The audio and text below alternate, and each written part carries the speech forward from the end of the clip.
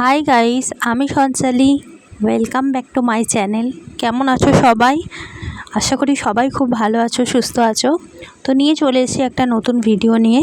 তো আজকের ভিডিওটা এখান থেকেই শুরু করলাম। তো এটা হচ্ছে জামাই ষষ্ঠীর দিন।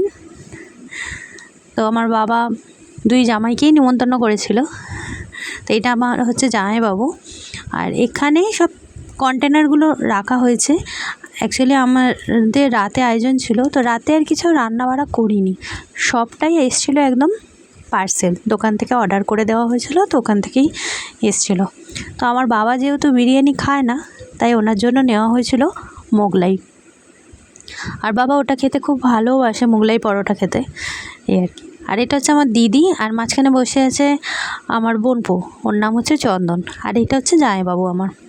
তো দেওয়া হয়েছিল চিকেন বিরিয়ানি, আর ছিল স্যালাড, আর ছিল দই আর মিষ্টি। মিষ্টির মধ্যে ছিল রসগোল্লা আর সাদা চমচম। আর আমার হাজব্যান্ড একটু পরে আসবে, মানে একটু দেরি হয়ে গেছিলো সেদিনকে ওর আসতে, তো এসছে একটু রাতের দিকে এসেছিলো। তো এখন এই যে দিদি চন্দনকে খাওয়াচ্ছে, এই যে আমার হাজব্যান্ডও এসে গেছে। তো ওকেও দিদি সাজিয়ে দিয়েছে। তো দিদি সবটা সাজিয়ে দিচ্ছিল, আমি একটু মানে বেড়ে দিচ্ছিলাম আর কি। ওই সব কিছু দিচ্ছিল গুছিয়ে, আমি একটু ওদেরকে হেল্প করছিলাম। আর এখন ছেলেটাকেও দিয়ে দিয়েছে। তো এবার আমরা দুই বোনে বসে যাব। তো এই বিরিয়ানিটা আনা হয়েছিল এই দোকানটা দিয়ে। এই যে কন্টেনারের ওপরে নামটা লেখা আছে, তোমরা পারলে ট্রাই করতে পারো। খুব ভালো বিরিয়ানি, আর কোনো রকম খেয়ে অসুবিধাও হয়নি, খুব লাইট ছিল, আর পেটটাও ভরে গেছিলো। তো দিদি এখন আমাকে দিচ্ছে, বলছে যা এবার তুইও খেয়ে নে। তো এবার আমিও শুরু করব, আর আমার দিদিও এবার বসছে, ও খেয়ে নেবে। তো এই যেটা আমার হাজব্যান্ড, আর এইদিকে বসেছে আমার ছেলে, আর দিদি এখন দিদিরটা বাড়ছে। ফিরে আসবো আবার একটা অন্য ভিডিও নিয়ে। তোমাদের যদি ভালো লেগে থাকে বন্ধুরা, প্লিজ বন্ধুরা চ্যানেলটিকে কিন্তু সাবস্ক্রাইব করে দিও।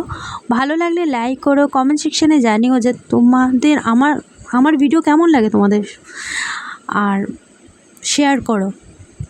বিরিয়ানিটা না অনেক হিউজ পরিমাণে ছিল, মনে হয় না পুরোটা খেতে পারবো, কিন্তু ট্রাই করব। আর খুব খুব ভালো হয়েছিল।